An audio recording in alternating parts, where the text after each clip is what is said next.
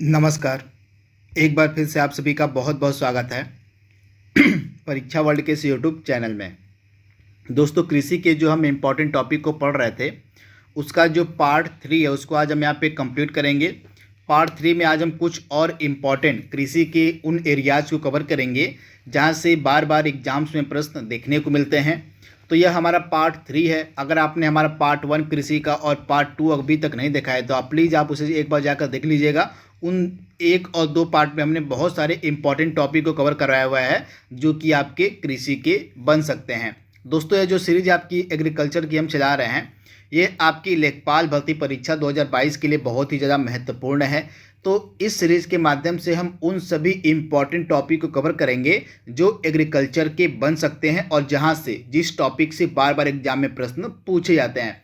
तो यह हमारा पार्ट 3 है। पार्ट 3 में आज हम कुछ और बेहतरीन टॉपिक को कवर करेंगे एग्रीकल्चर के। तो चलिए वीडियो को शुरू करते हैं। तो सबसे पहले हम देखेंगे भारत में जो सिंचाई की योजनाएं हैं उनको देखेंगे। किस मतलब सिंचाई के कौन कौन से प्रकार हैं और जो भारत में प्रचलित है उनको ये देख लेते हैं। तो पहला आपके सामने है बृहद सिंचाई योजना, इम्पॉर्टेंट है। इसके अलावा दूसरा आपका मध्यम सिंचाई योजना और तीसरा आपका है लघु सिंचाई योजना। इसके अंतर्गत कितने हेक्टेयर तक की भूमियाँ आती हैं इनको देख लेते हैं। आइए, तो आपका जो बृहद सिंचाई योजना है और इस योजना के तहत 10,000 हेक्टेयर या उससे अधिक कृषि भूमि के लिए जो सिंचाई की योजना है वो बनाई जाती है। यानी कि आपकी जो बृहद सिंचाई योजना होती है उसके अंतर्गत 10,000 हेक्टेयर या उससे अधिक जो कृषि सिंचित भूमि होती हैं उनके लिए योजनाएं तैयार की जाती हैं। तो ये एरिया आपको याद रखना है कि बृहद सिंचाई योजना के अंतर्गत कितने हेक्टेयर तक की कृषि भूमि को सम्मिलित किया जाता है तथा इसमें बड़ी नहरों तथा बहुउद्देशीय नदी घाटी परियोजनाओं को शामिल किया जाता है आपका बृहद सिंचाई योजना में। इसके बाद अगला आपका है मध्यम सिंचाई योजना।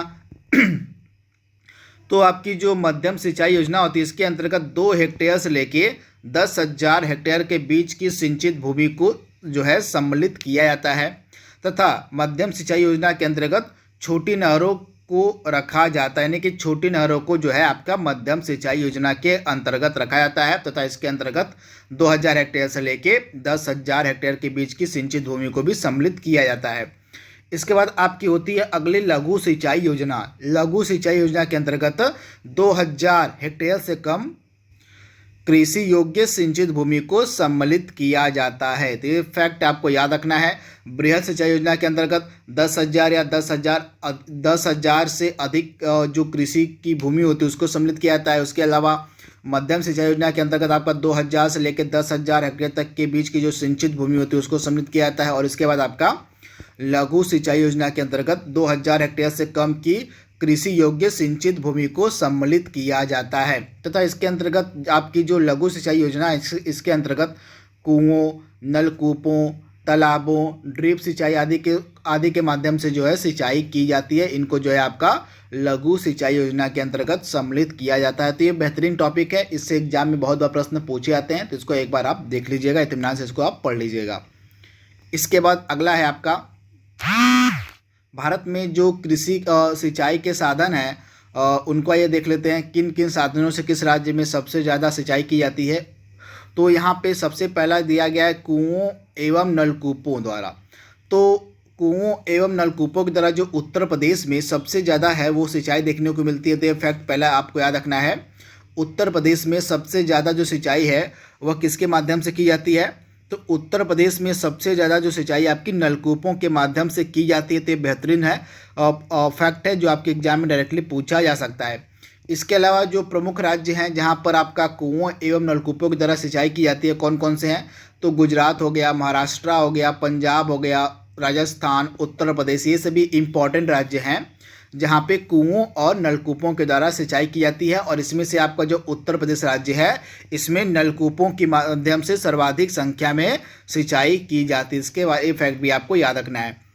इसके बाद जो अगला फैक्ट है वो है नहरों के द्वारा। तो नहरों के द्वारा जो है उत्तर प्रदेश में सिंचाई देखने को मिलती है, मध्य प्रदेश में, आंध्र प्रदेश में, हरियाणा में, पंजाब में, बिहार में, ये सभी इम्पॉर्टेंट राज्य हैं जहाँ पे नहरों के माध्यम से सिंचाई की जाती है।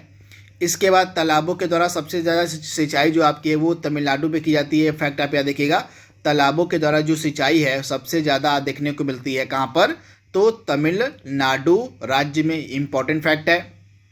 इसके अलावा प्रायद्वीपीय भारत के जो राज्य हैं जैसे तमिलनाडु हो गया, कर्नाटक हो गया, तेलंगाना हो गया और आपका आंध्र प्रदेश हो गया, ये इम्पॉर्टेंट राज्य हैं जहाँ पर तालाबों के माध्यम से सिंचाई की जाती है।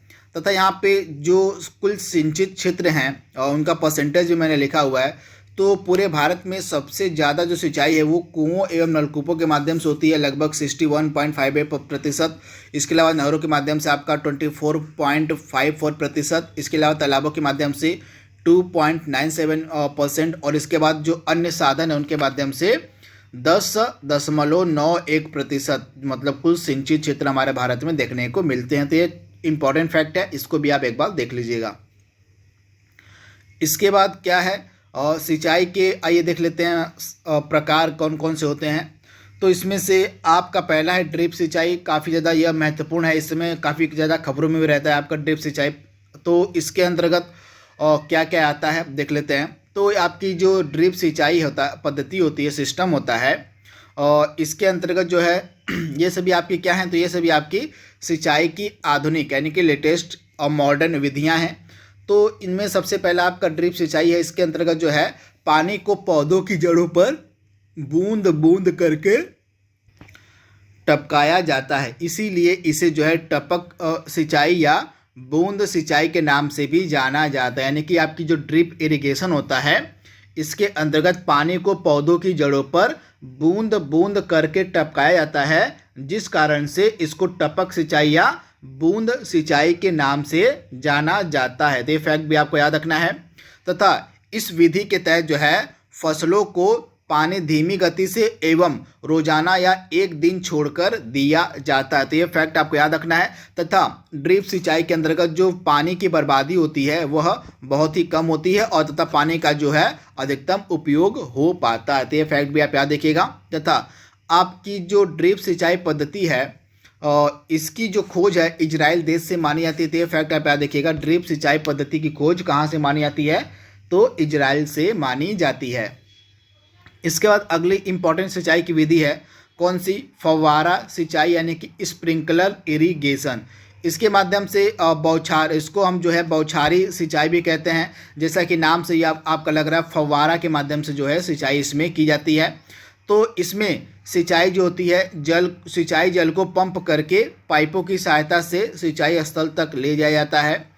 इसमें दबाव पद्धति द्वारा फुहारों या वर्षा की बूंदों के समान जल सीधे फसल पर छिड़का जाता है। यानी कि फव्वारा, जैसे फव्वारा में जैसे जल नहीं आता है उसी प्रकार से जल निकालकर जो है आपकी सिंचाई की जाती है पौधों की। तो इसे भी आप याद रखिएगा। इसके बाद अगली विधि कौन सी है, सतही सिंचाई विधि। और भारत में अधिकतर जो कृषि योग्य क्षेत्र होते हैं वो सतही सिंचाई के अंतर्गत आते हैं। इसमें प्रमुख आपके कौन कौन से हैं, जैसे नहरें हो गई, नहरें, नलकूप हो गया, तालाब हो गए, कुआं, ये सभी आप जो हैं सतही सिंचाई के अंतर्गत आते हैं। तो इसे भी आप ध्यान से याद कर लीजिएगा। इनके अंतर्गत जो क्या होता है, जो आपकी नहरें होती हैं, नहरों, नलकूपों, तालाबों, कुओं द्वारा खेत में जल का वितरण किया जाता है तथा एक किनारे से खेत में जल को फैलाया जाता है। तो अब मैंने कि जो इम्पॉर्टेंट इस समय जो सिंचाई है भारत में वो है देखने को मिलती है सतही सिंचाई। तो इसे आप याद कर लीजिएगा। इसके बाद रेनगन तकनीक में क्या होता है, इस तकनीक के द्वारा 20 से लेकर 60 मीटर की दूरी तक प्राकृतिक बरसात की तरह सिंचाई की जाती है। इसमें जो है पानी से अधिक क्षेत्रफल को सींचा जा सकता है।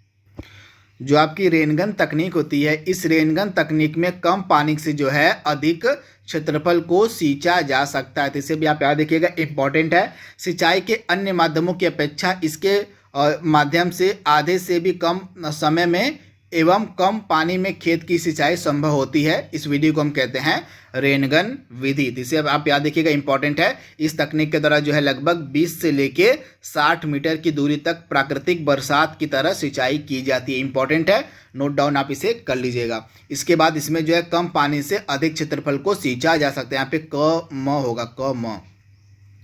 इसके बाद अगली विधि आपकी है फर्टिगेशन। इंपॉर्टेंट है, इसकी भी शुरुआत जो है इजराइल से मानी जाती है। तथा इसमें क्या होता है, फर्टिगेशन जो आपकी सिंचाई की विधि होती है, इस विधि में जल के साथ जो भी आपके फर्टिलाइजर्स होते हैं, जो भी आपके उर्वरक होते हैं, उनको मिलाकर सिंचाई को संपन्न किया जाता है। इंपॉर्टेंट फैक्ट है, आपकी जो फर्टिगेशन की विधि होती है इसमें जल के साथ साथ जो भी उर्वरक होते हैं फसलों के, उनको मिलाकर सिंचाई की जाती है। इस विधि को हम कहते हैं फर्टिगेशन विधि। तथा इस विधि की जो खोज है वह इजराइल से मानी जाती है। तो ये आपकी कुछ विधियां थी, आधुनिक विधियां, जो आपकी किससे रिलेटेड थी, तो आपकी जो रिलेटेड थी किससे, तो फसलों की सिंचाई से रिलेटेड थी। तो ये हमारा इंपॉर्टेंट टॉपिक का सीरीज 3 था एग्रीकल्चर का, उसको हमने कंप्लीट कर लिया है। अब हम कल से MCQs को पढ़ना स्टार्ट करेंगे।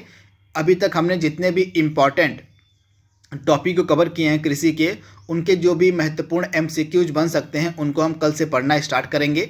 तो आज के लिए बस इतना ही। Thank you, thanks for watching, thank you.